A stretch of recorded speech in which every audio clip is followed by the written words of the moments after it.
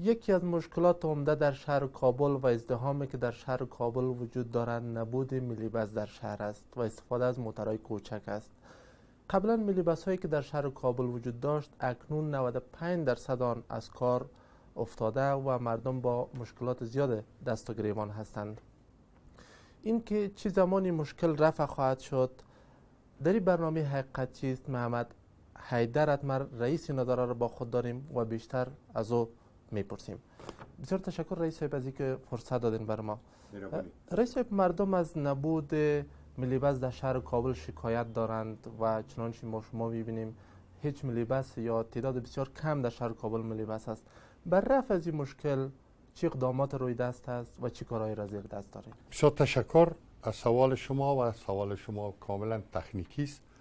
ما باید عرض بکنم که تصدی ملی بس در سال 1354 توسط سردار محمد داود خان مرحوم افتتاح شد. قبلا شما در جریان هستین که تصدی ملی بس شرکت سرویس بود. وقتی که شرکت سرویس افلاس کرد و این مربوط بانک ملی شد با سردار داود خان در جمهوریت اول، اینا را به ملی بس تبدیل کردن، یعنی یک تصدی ساختن شد. از اون وقت تصدی ملی بس شروع در کار کرد.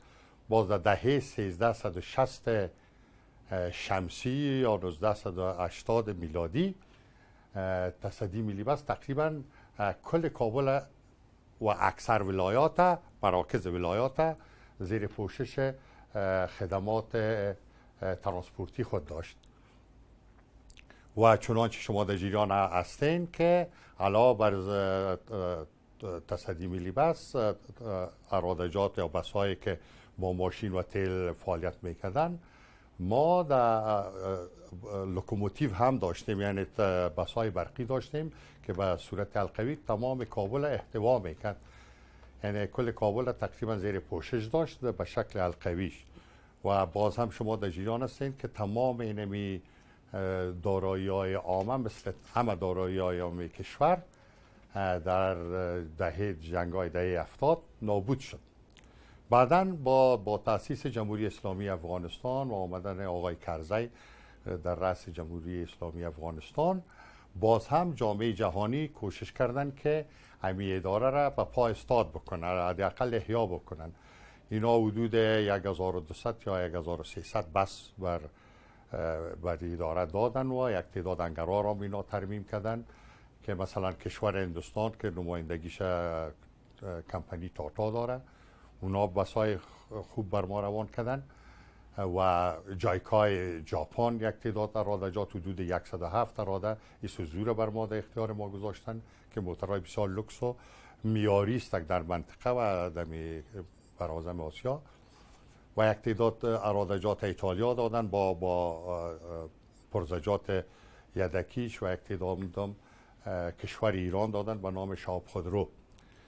متاسفانه با عدم همکارهای تکنیکی و اداری از اداره و با موجود یک مقدار شاید فساد بود، هرچی که نامش رو بگذارین، اینمی ارادجاتی را که داده شده بود، این بسایی که داده شده بودی به مرور زمان چیز شد، به مرور زمان از کار ماند و افتیدن در جای و کسی را ترمیم هم نکرد و برش علاقه مندی هم نبود.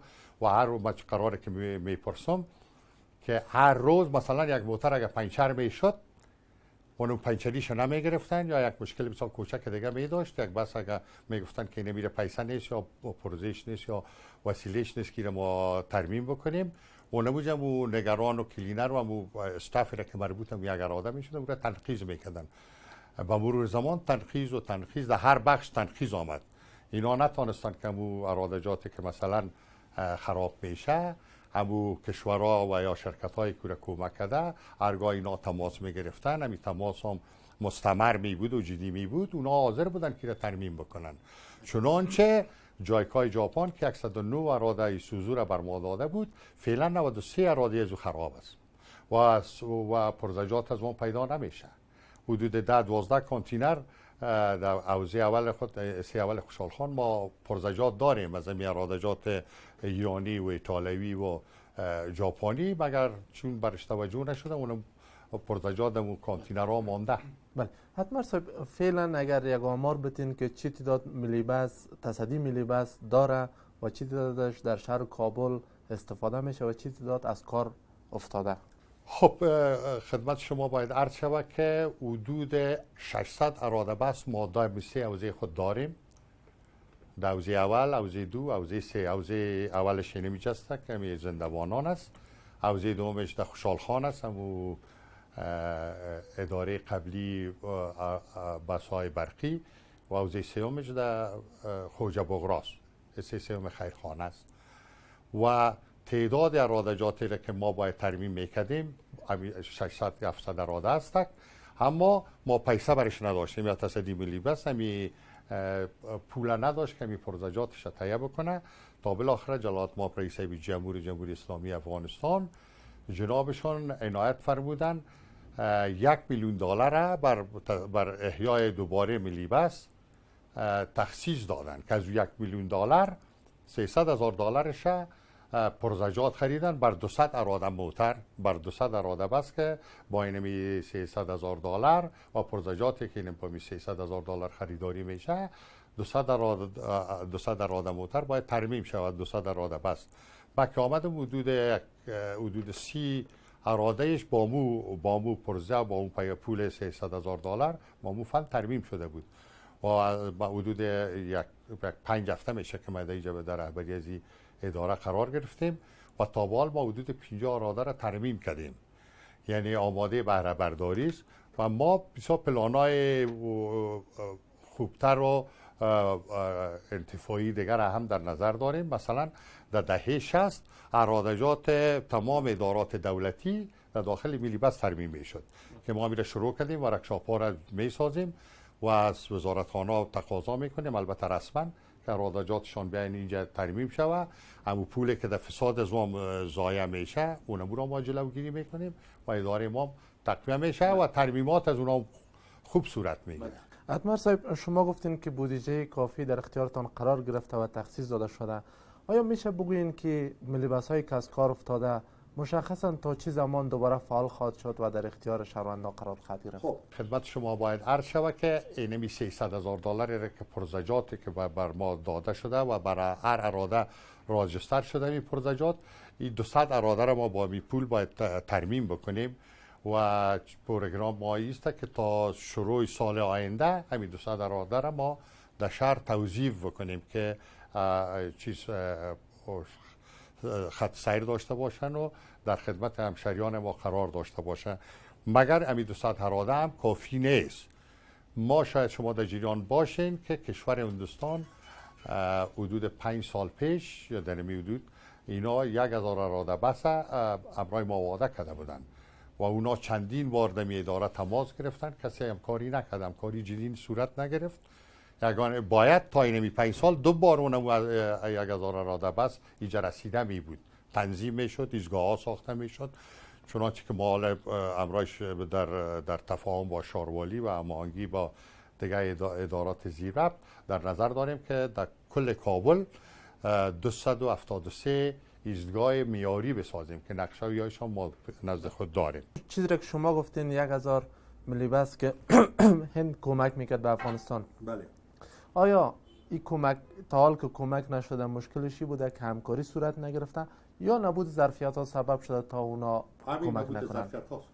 جمله شما که نبود ظرفیت بوده و وقتی که ظرفیت نباشه همکاری هم صورت گرفتن نمیتونه. فعلا اراده شما چی هست؟ شما چی تلاش‌ها و کارا را روی دست میگیرین تا مو 1000 ملی بسی که وعده شده به افغانستان انتقال داده شد؟ بسیار گپ خوب است. ما دیروز یک پروپوزال تازه بر سفارت هندوستان روان کردیم در کابل و معاون جدید سفارت هند در کابل که جدیداً مقرر شده، من برایشان تماس دارم. اونا بسیار جدی هستن و علاقه دارن و اونا خبر شدن که رهبری ملی بس تغییر کرده. اونا از یک چیز احساس میکنن، یک چیز بهبود و یک پیشرفت احساس میکنن، از این خاطر اونا علاقه دارن. من هم امرایشان در تماس هستم، شاید در 2-3 روز نزدیک اونا رو ببینیم و پروپوزال کافی بر اونا جور کردیم که پروپوزال تکنیکی که ما چی ضرورت داریم، چی کارا باید صورت بگیره، اینا پرپوزل میبینن، باز ما همراه از اینا صحبت میکنم.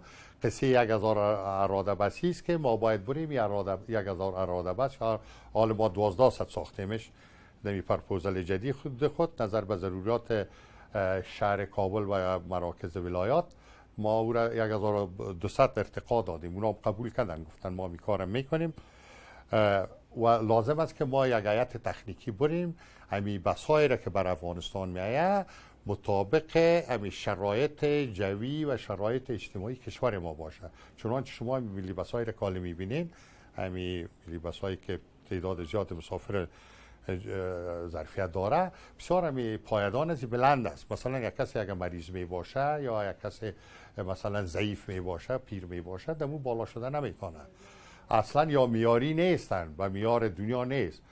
شما بسای میاری حتما دیدین کو بسیار وقتی که در ایستگاه میرسه خود پایین میکنه که با همی راکب دو بالا شده بتانه.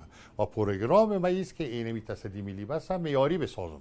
ما که آمدم اینمی ادارت حتی تلفن نداشت، اینترنت نداشت که ما شروع کردیم اینترنت هم آوردیم دیگه گپایش هم جور کردم میرم و یک دفعه خود از دستگاه را باید ما احیا کنم.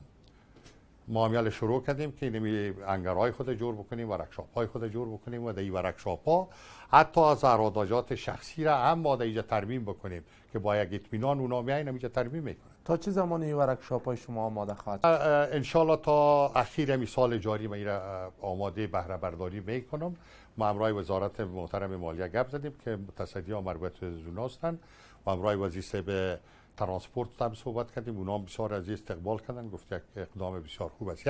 و یک پروگرام دیگه داریم که ترانسپورتیشن مامورین و کارمندان ادارات دولتی را باید ملی بس انجام به تعمید ترانسپورتیشنش. درست است که ملی بس به مقدار کافی بس نداره، اما این پرایوت سکتور یا سکتور خصوصی، ترانسپورتیشن سکتور خصوصی باید از طریق ملی بس امی خدمات انجام بده.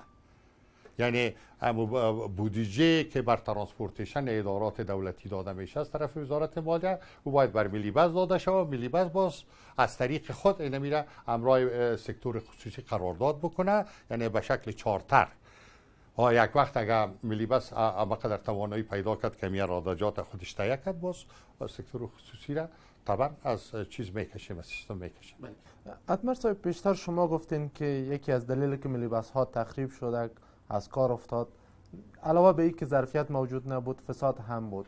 میشه بگوین که فساد در کدام سطح بود و حالا که شما در رأس اداره قرار گرفتین، اراده جدی آیا در مبارزه با فساد دارین؟ بسیار شدید، بسیار جدی من اراده دارم. یک مورد باید بر شما عرض بکنم که ملی بس حدود 120 جری جایداد دارد که در نقاط بهترین شهر کابلی عرض وجود کرده. مثلا 5 دانه تانک تیل داره، 5 دانه تانک تیل دیدی یک قراردادی حدود 10 سال است که گرفته. ما به خدمت شما پیشتر خصوصی هم عرض کردم که یک تانک تیل 10,000 افغانی اینا کرا دادن در 10 سال گذشته. حدود 200 دکان داره، همین دکان‌هایش هم به این شکل هر قدر قرارداده که در اینجا صورت گرفته کلش غیر قانونی است. اگر بگویم خدمت شما که هیچ قراردادی وجود نداره و یعنی چیز زیاده روی نکردیم. بله. اتمر صاحب، میخوایم به عنوان پرسش آخر اطمینان شما را به مردم افغانستان داشته باشم یا به شهروندان کابل که مشخصا تا چه زمان فعلا مردم مشکلی که دارن از ناحیه نبود ملی بس، تا چه زمانی مشکل رفع خواهد شد و دوباره ملی بس ها در شهر کابل مورد استفاده قرار خواهد گرفت؟ حداقل 6 ماه و حد اعظم تا 1 سال انشالله که ما میتونیم تقریبا کل کابل از زیر پوشش ملی بس بگیریم. اما فراموش نشه، حتما یک سوال خدمت شما پیدا میشه که شما وقتی که بسای کافی ندارین چطور میتونین کل کابل زیر پوشش بگیرین؟ عرض به خدمت شما است و پروگرام است که امی سکتور خصوصی که فعلا در کابل در سیر و سفر هستند، اینا را ما میخوایم که زیر اداره مستقیم ملی بس قرار بگیره، با آرم ملی بس اینا کار بکنن و با یونیفرم ملی بس هم کارمندای ازی کار بکنن و با اسکیجول و پروگرامایی که ملی بس بر اینا میته کار بکنن. اون وقت است که شما این ازدحام و بیروبار شما در شهر کابل دیگه باز مشاهده نمیکنید. با اطمینان. شنونده‌های عزیز و بیننده‌های عزیز رادیو آزادی، این بود برنامه این هفته حقیقت چیست. تا برنامه دیگر، الله یار نگهدار شما. تشکر از شما. تشکر. سلام.